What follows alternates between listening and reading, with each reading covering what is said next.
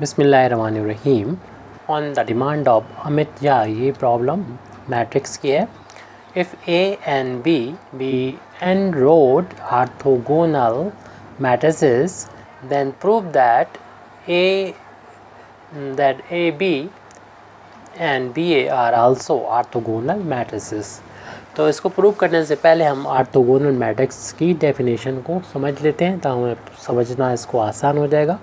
Orthogonal matrix की definition होती है जो हमने पहले से लिख रखी है, ये a square matrix A is said to be orthogonal. यहाँ पर डेफिनेशन लिखते टाइम देख रहे हैं हम लोग कि स्क्वायर मैट्रिक्स यानी जो मैट्रिक्स है ए जो ऑर्थोगोनल हमें बताना है उसको, तो उसके लिए ज़रूरी है कि वो स्क्वायर मैट्रिक्स हो, यानी स्क्वायर मैट्रिक्स ही ऑर्थोगोनल होगी। A square matrix A is said to be orthogonal if A का अगर उसके ट्रांसपोज से प्रोडक्ट मल्टीप्लिकेशन करें तो जो प्रोडक्ट आएगा वो आइडेंटिटी मैट्रिक्स के इक्वल आएगा, चाहे ये प्रोडक्ट प्री हो या पोस्ट हो। यानी ए में पोस्ट में अगर हम उसके ट्रांसपोज से मल्टीप्लाई करें या ए में उसके प्री से ए में उसके प्री में मल्टीप्लाई करें उसके ट्रांसपोज से, इनका जो प्रोडक्ट आएगा वो आई के इक्वल आएगा। कभी कभी जो है ट्रांसपोज को ए डैश ना लिख के इसके ऊपर टी लिख देते हैं, तो ये ए का ट्रांसपोज होता है। तो ऐसे भी लिख सकते हैं ए और इसका ट्रांसपोज का प्रोडक्ट आई के इक्वल हो, या फिर ए का ट्रांसपोज और ए का मल्टीप्लिकेशन अगर आई के इक्वल हो तो तब ए मैट्रिक्स को कहेंगे ये ऑर्थोगोनल मैट्रिक्स है। तो सबसे सिंपल इसका एग्जांपल हो जाएगा आइडेंटिटी मैट्रिक्स, जिसको बोलते हैं ट्रिवियल एग्जांपल हो जाएगा, क्योंकि हम लोग जानते हैं कि किस आई एक मैट्रिक्स होती है और उसका अगर हम आई मैट्रिक्स के साथ में प्रोडक्ट करते हैं मल्टीप्लिकेशन तो प्रोडक्ट आई के इक्वल आता है। और डेफिनेशन थी ये कोई मैट्रिक्स हो और हम लोग ये भी जानते हैं कि इसके जो ट्रांसपोज लेते हैं तो ट्रांसपोज भी आई के ही इक्वल आता है, तो इसलिए आइडेंटिटी मैट्रिक्स है ट्रांसपोज आई के इक्वल आता है। तो ये मैट्रिक्स है ये इसका ट्रांसपोज मैट्रिक्स है और इनका प्रोडक्ट आना चाहिए अगर आई के इक्वल आता है, चाहे प्री या पोस्ट में मल्टीप्लिकेशन हमने कर लिया, लेकिन तब हम कहेंगे कि ये मैट्रिक्स डेफिनेशन से कह सकते हैं कि आई जो है वो एक ऑर्थोगोनल मैट्रिक्स है। फिलहाल तो हमें डेफिनेशन देखनी थी, वो हो चुकी है। और ऐसी और भी बहुत सारी मैट्रिक्स होती हैं जो ऑर्थोगोनल होती हैं, स्क्वायर होना इनकी शर्त है, इसीलिए यहाँ पर लिखा हुआ है कि ए और बी जो है वो एन रोड ऑर्थोगोनल है। मींस इसमें रो जो है वो एन है, तो अगर रो एन होंगे तो कॉलम भी एन होंगे, तो इसलिए हम यहाँ पर अपना जो प्रूव कर रहे हैं वहाँ पर ऑर्थोगोनल मैट्रिक्स को कि ये वाला हमें प्रूव करना है कि ए बी भी ऑर्थोगोनल है और बी ए भी ऑर्थोगोनल मैट्रिक्स है। तो यहाँ पर हम जो डेफिनेशन अभी बताई थी उसका हमें यूज़ करना पड़ेगा। सबसे पहले जो गिवन है हमको वो लिख दे रहे हैं, तो यहाँ पर लिख रहे हैं हम जो गिवन है, सिंस ए एंड बी के बारे में बता दिया गया, A and B are orthogonal, ये ऑर्थोगोनल मैट्रिक्स हैं। जो ऑर्थोगोनल मैट्रिक्स होती हैं मैट्रिसेस, तो हम जानते हैं डेफिनेशन अभी ऊपर हमने देखी है कि दो उस मैट्रिक्स और उसके ट्रांसपोज का जब प्रोडक्ट करेंगे तो वो आइडेंटिटी मैट्रिक्स के इक्वल होगा। इस डैश को टी से भी लिख सकते हैं। एंड दूसरी बात ये कि बी भी ऑर्थोगोनल है, तो बी और इसके जो ट्रांसपोज होगा उनका प्रोडक्ट करेंगे तो ये आई के इक्वल होगा।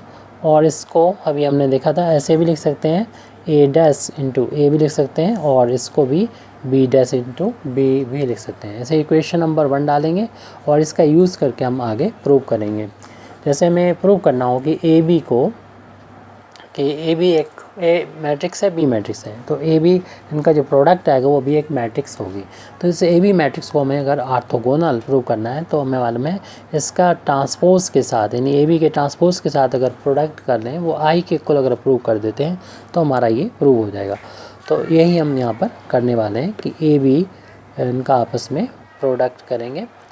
तो सबसे पहले तो यहाँ पर हम जानते हैं कि इस वाले को ऐसे लिख दिया कि दो मैट्रिक्स का जो प्रोडक्ट होता है उसका अगर ट्रांसपोज लेते हैं तो वो रिवर्सल ला यहाँ पर लग जाता है, अलग अलग ट्रांसपोज हो जाएगा, बी का भी ट्रांसपोज हो जाएगा और ए का भी ट्रांसपोज हो जाएगा और ये यहाँ पर रिवर्सल ला लग जाएगा। तो यही फार्मूला हम रिवर्सल ला का हम यहाँ पर यूज़ करेंगे और यानी ये वैल्यू बी डैश इंटू ए डैश हो जाएगी। अब हम यहाँ पर ये मैट्रिक्स का जो कि प्रोडक्ट हो रहा है, 4 मैट्रिक्स हैं, तो यहाँ पर एसोसिएटिव ला लगा देंगे, यानी इन दोनों ब्रैकेट्स को एक साथ लिख दें, बी और बी डैश को, और ए को यहाँ पर बाहर लिख दें। यहाँ पर हमने जो फार्मूला लगाया है, यानी ला लगाया है, वो एसोसिएटिव ला लगाया, तो एसोसिएटिव ला के अकॉर्डिंग ये हम लिख सकते हैं। और अभी हमने डेफिनेशन लिख रखी है, यानी बताया गया था कि ए और बी ऑर्थोगोनल मैट्रिक्स हैं, उस बेस पर बी और बी डैश का जो प्रोडक्ट होगा वो आइडेंटिटी मैट्रिक्स के इक्वल यहाँ पर लिखा जा सकता है। इसे आई के लिखते हैं इक्वल, और ए डैश पहले से चल रहा था, यहाँ पर हमने यूज़ किया इक्वेशन नंबर 1 का जो सेकंड पार्ट है उसका यूज़ किया। सेकंड पार्ट यानी इक्वेशन नंबर 1 और 2 को कलेक्टिवली, इस दोनों को कलेक्टिवली हमने इक्वेशन नंबर 1 दी थी, तो सेकंड पार्ट यूज़ हुआ है। तो इक्वेशन नंबर 1 लिखना काफ़ी होगा, यानी लिख देंगे यहाँ पर यूजिंग इक्वेशन 1। इक्वेशन नंबर 1 का हमने यहाँ पर यूज़ किया है। और हम लोग ये भी जानते हैं कि किसी मैट्रिक्स में अगर आइडेंटिटी मैट्रिक्स का प्रोडक्ट करते हैं तो वो उसी मैट्रिक्स के इक्वल आ जाता है। तो ए और ए डैश का प्रोडक्ट, हम फिर इक्वेशन नंबर 1 को दोबारा से देखेंगे कि ए और ए डैश का प्रोडक्ट जो है वो आइडेंटिटी मैट्रिक्स के इक्वल है, तो इसको हम आई के इक्वल यहाँ पर लिख देंगे। इस तरीके से हमने प्रूव किया कि ए बी और उसके ट्रांसपोज का जो प्रोडक्ट है वो आई के इक्वल प्रूव कर दिया। इसे इक्वेशन नंबर हम 3 डाल देते हैं। अब हम इसका रिवर्स में वैल्यू ले लेते हैं, यानी इतना भी कर सकते हैं कि ए बी का transpose, A B transpose into A B, अब इसको भी आई के इक्वल हम दिखा सकते हैं। तो उसमें दोबारा से वही ला लगाएं, यानी रिवर्सल ला लग जाएगा, बी डैश इंटू ए डैश और इस ए इंटू बी, क्योंकि हम लोग जानते हैं कि ए बी का ट्रांसपोज जो होता है वो बी के ट्रांसपोज इंटू ए के ट्रांसपोज के बराबर होता है। अब यहाँ पर ए और डैश और ए को एक ब्रैकेट में लिख दें, ये एसोसिएटिव ला से ए डैश ए और बी यहाँ पर लगा दिया एसोसिएटिव ला, तो एसोसिएटिव ला का यूज़ किया। अब हमें पता है कि इक्वेशन नंबर 1 से ये वैल्यू जो है वो आई के इक्वल है, क्योंकि ए एक ऑर्थोगोनल मैट्रिक्स थी, ये हमने यूज़ किया है इक्वेशन नंबर 1 यूजिंग इक्वेशन 1। अब किसी भी मैट्रिक्स में अगर हम आई से प्री मल्टीप्लिकेशन करते हैं या पोस्ट मल्टीप्लिकेशन करते हैं तो वो आइडेंटिटी मैट्रिक्स के इक्वल होता है, तो बी डैश ये बी के इक्वल हो जाएगा। और इक्वेशन नंबर 1 का हम दोबारा से यहाँ पर यूज़ करेंगे, और जब दोबारा से यूज़ करेंगे तो देखेंगे बी बताया गया था ऑर्थोगोनल मैट्रिक्स है, तो उसके ट्रांसपोज का अगर हम प्रोडक्ट करते हैं बी के साथ तो आइडेंटिटी मैट्रिक्स के इक्वल आएगा। तो इक्वेशन नंबर 1 का हम यहाँ पर यूज़ करते हुए इसको आई के इक्वल लग रहे हैं यूजिंग इक्वेशन नंबर 1। और यानी हमने प्रूव कर दिया कि ए बी का डैश जो है, ए बी के साथ में अगर प्रोडक्ट ले रहे हैं, ए बी डैश का प्रोडक्ट अगर हम मल्टीप्लिकेशन ए बी के साथ ले रहे हैं तो प्रोडक्ट आई के इक्वल आ रहा है, इसे इक्वेशन नंबर 4 डाल दें।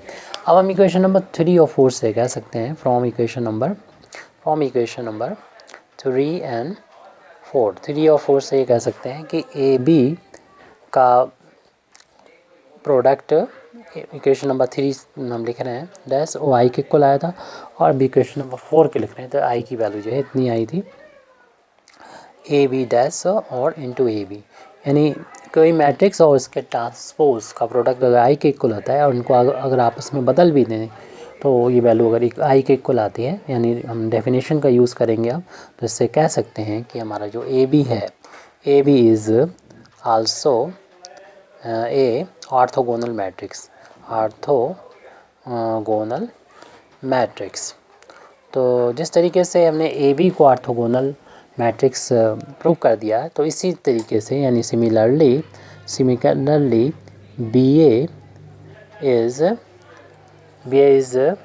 ए ऑर्थोगोनल मैट्रिक्स। इसी तरीके से बी ए भी एक ऑर्थोगोनल मैट्रिक्स हो जाएगी। तो चाहे तो इसको हम दोबारा प्रूव करते हुए ऑर्थोगोनल मैट्रिक्स, तो दोबारा से वही प्रूफ इसी तरीके से हम कर सकते हैं, लेकिन कोई लिखने की ज़रूरत नहीं है।